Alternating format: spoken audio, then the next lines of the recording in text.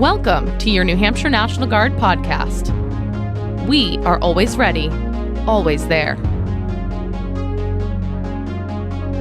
This podcast series is a production of the State Public Affairs Office.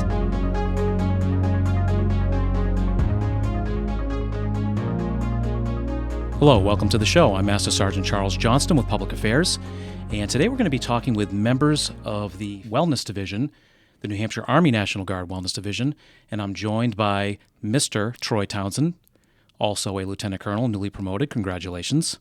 Second Lieutenant Victoria Cantalupo, just got your commission earlier this year, congratulations. And Second Lieutenant Jessica Kilpatrick, who's joining us remotely via Zoom. Thank you for joining the show today. Thank you so much for having us. I am Second Lieutenant Victoria Cantalupo. I am the full-time specialty branch technician, which just means that I process all of the specialty branch direct commission applications. And part-time, I am a chaplain candidate, which means I'm in a student status for seminary students while they study to become chaplains. Mr. Townsend, would you tell us a little bit about yourself? Gladly. I have the privilege of serving in the Army National Guard in two capacities, actually, Monday through Friday as a civilian, as the Director of Psychological Help. And then come drill weekend, I get to put on my uniform as Lieutenant Colonel Townsend now and serve as a behavioral health officer, a social worker, and the Chief of Case Management at our medical detachment. Awesome. Lieutenant Kilpatrick, can you tell us a little bit about yourself? Yes, so I am currently training to be a social worker in the National Guard. I'm currently at a active duty program, which is really awesome, and I've been serving in the Guard for about 9 years. Awesome. Thank you so much. Well, Mr. Townsend, I'd love if you can start us off with some of the services that your full-time position offers to currently serving members. Yeah, so I am available Monday through Friday, ready to respond to any soldiers in need, whether that's just coming forward voluntarily to seek some guidance and referrals, questions, how to deal with day-to-day life events that happen to all of us. There could be crisis intervention that occurs as well. And also command consultation is significant to help our leaders be aware of how to best support soldiers in need and to sustain their careers. Awesome. I know that this is something that probably crosses a lot of minds when they're thinking about whether it's time to reach out to you or someone from your office. Could you explain your role in confidentiality and mandated reporting? I can. You're right. That is a very common question that comes up with folks that may be apprehensive about coming forward and seeking assistance. And yes, the reality is, as a licensed medical professional, I am required under mandatory requirement laws to report any risk to oneself or harm to others. And then there's also reporting about vulnerable adults, elderly, or children. And then also with the military, I have a requirement specifically on the military side in regards to the risk of the mission. And that's something that comes down to, can a soldier safely function in their primary duty MOS, whether that's handling a firearm, operating heavy equipment, or even flying a helicopter. So all things that need to be carefully considered in regards to an individual's safety, but also ultimately the safety of the American people that I need to be looking out for. Yeah. It's very rare that I have to execute on one of those informed consents without somebody consenting to let me tell their command. Yeah, of course. Those things are super important. I would say maybe somewhere equally important is your furry companion that is with you in the office. Could you tell us a little bit about that? Happy to. I have the privilege of bringing my therapy dog, Cash, to work with me. She's available to roam the hallways, visit with folks, take treats, and just provide love and comfort to others as they may be encountering some difficulties in their day. Yes, Cash is awesome. She's been featured all over all of our socials, our magazine. She's a full bird colonel now because the dog outranks the handler by one rank typically. So she also got promoted very recently. Now, you're a licensed clinical social worker. Another path to becoming a behavioral health officer on the Army side, on the drill side, is to become a clinical psychologist. And in your experience, can you tell us a little bit about the differences of those two behavioral health officers in the Army? Yeah, that's a great point. There are those two disciplines, clinical psychologist and clinical social worker. At the end of the day, both their primary job is to help keep soldiers in the fight, help them sustain their military careers, continue on. They raise their hand. There's so few people do these days, so we want to help keep those soldiers in and sustaining their military careers. The difference between the social worker and psychologist is that psychologist put in the extra time, got their doctoral degree, and they get to add that to a few extra evaluations they can conduct, psychological testing to help with better diagnostic impressions, and that extra degree adds a lot more weight for some commanders in their decision-making process. Yeah, of course. I mean, it's a different license, so you can see it in different ways. So I definitely get that. I do want to speak a little bit about the differences in the requirements of those two positions. So on the Army National Guard side, the 2 direct commission paths, which, by the way, means you don't go to boot camp, which is great. To becoming a behavioral health officer, the first being a licensed clinical social worker. To serve in that capacity, you do need a Master of Social Work. It's typically 60 credits. And you need a license to individually practice. And those requirements vary state by state. But typically that license in New Hampshire is the LCSW. Is that correct? Am I saying those letters right? Welcome It to your varies New by Hampshire each National state, Guard In New podcast. Hampshire, that's the one. We are Sometimes always it's ready, ICSW often. always there. Okay, cool.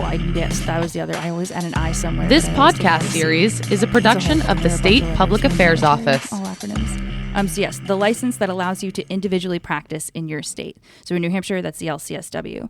That second path of becoming a licensed clinical psychologist, you also need a license to individually practice.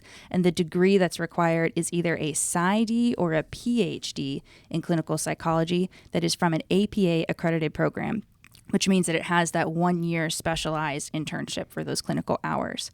And there are actually a couple different ways to get those degrees in New Hampshire. There are 3 or 4 different MSW paths at UNH, which is tuition free to our service members, but also now tuition free to the spouses of those service members, which is excellent. And then for the clinical psychology, there is only one program in all of the public and private schools in New Hampshire that offer the PhD in clinical psychology or the PsyD in clinical psychology, and that is Antioch University. They are a yellow ribbon school, so while their tuition isn't waived under our state laws, you can use your federal tuition assistance, your GI Bill to cover costs at that program as well. And both of these positions offer annual bonus rates from $15,000 to $20,000 per year. That's dependent on which path you choose. And then student loan repayment of $75,000 to $250,000 per year, depending on the degree. Another way that you could obtain an MSW is through the Army University of Kentucky program. This is an active duty program that the Army National Guard typically gets 5 seats to per year. It is super competitive on the active duty side. If accepted, you would spend 14 months in Texas obtaining the accelerated MSW, and then you would come home and complete your licensing hours in a 26-month internship at a VA hospital. During all that time, you are put on active duty, and your only job is to finish this program. I think it's just like so crazy that there's even money for this. It's amazing. And the reason that Lieutenant Kilpatrick is here is because she is the National Guard student that is in that program right now. So, Lieutenant Kilpatrick, can you tell us about a typical day that you would experience in the academic phase that you're in right now? Yeah, so there's basically like 4 quarters. They're not typical of like academic semesters, but the first quarter is you do back-to-back classes. So because you're still in the Army, you still have to go to morning PT, and then you start classes at 8:30, and you have classes until 1600, so 4 p.m., and it's Monday through Thursday. And then that's the first quarter, and then the second quarter, you are placed at your practicum or your field placement, where you're either at a clinic in, like on post through the Brooke Army Medical Center, or clinics on post, or even in the community. So you can do things like homelessness clinics, as well as hospice care, family services, anything you can think of within the community. And then you come back to classes for about another 14 to 15 weeks, and that's your second year, if you will. And then your last quarter is your advanced field placement, again, either at inner clinics or outlying clinics off post.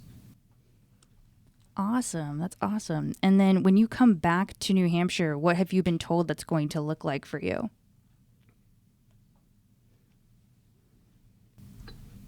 So the VA, I'm going back to the VA, of course, to get my clinical hours. I believe New Hampshire needs 3,000.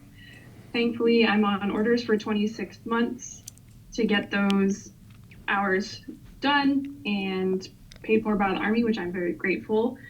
And I will be rotating through clinics every 3 to 4 months to make sure I cover all of the clinical outreach and like inpatient and outpatient services that social workers provide to veterans and their spouses through the VA.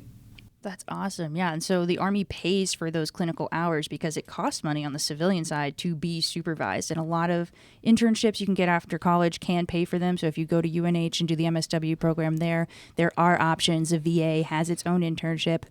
But a lot of the time, you are practicing under somebody else's license, the way I understand it, to get those 3,000 hours completed for that individual, to practice individually for that license. So it is a huge deal that, one, you're getting paid to do those hours, and two, you're not paying for the hours yourself. So that is super awesome.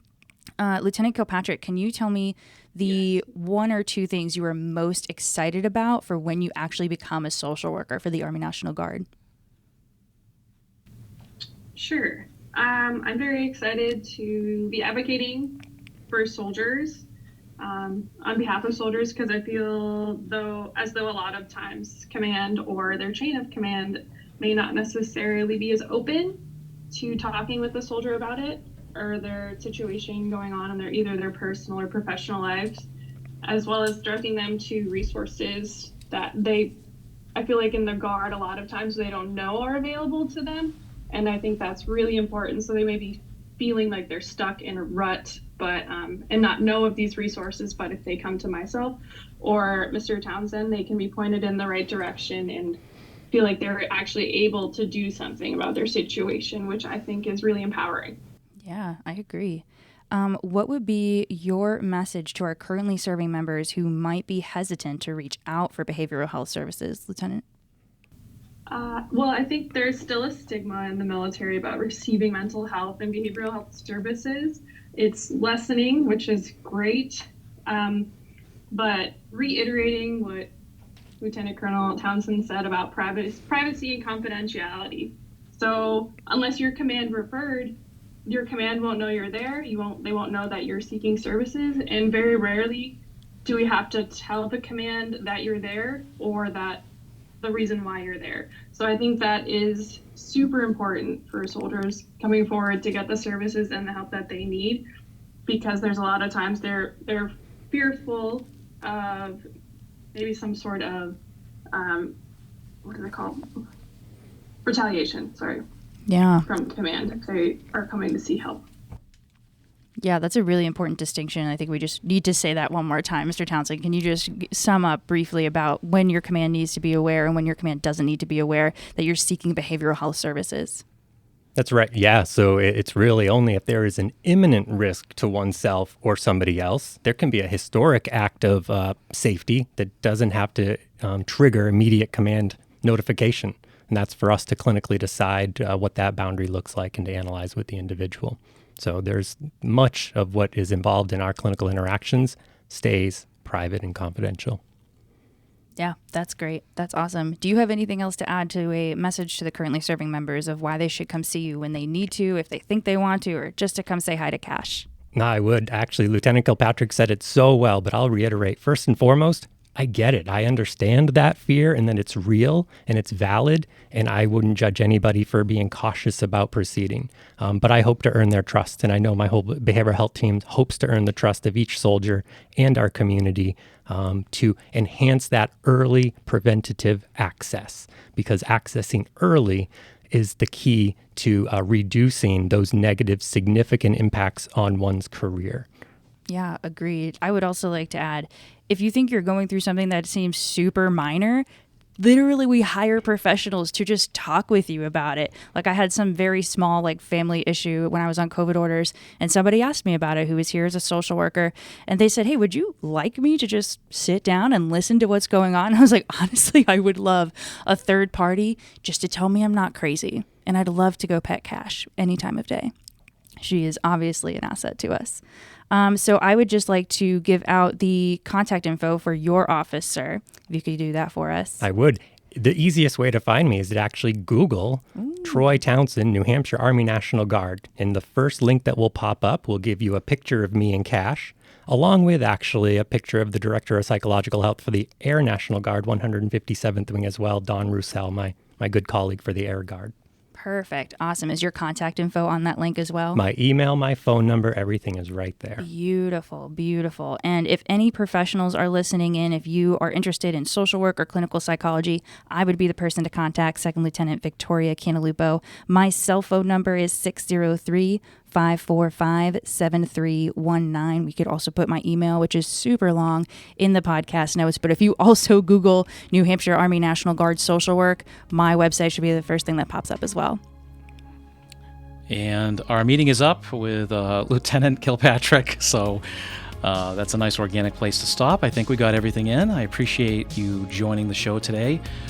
Serious business, important topic matter, as important as any show we've done, and it's really amazing to have not one, not two, but three professionals to join the show and talk a little bit about it and get some additional information out there. So thank you for joining the show.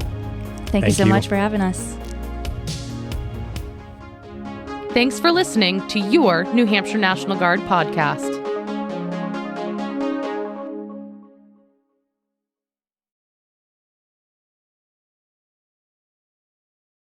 We have video over here. I tried to talk about Cash as much as I could. I was like, how do I liven this up?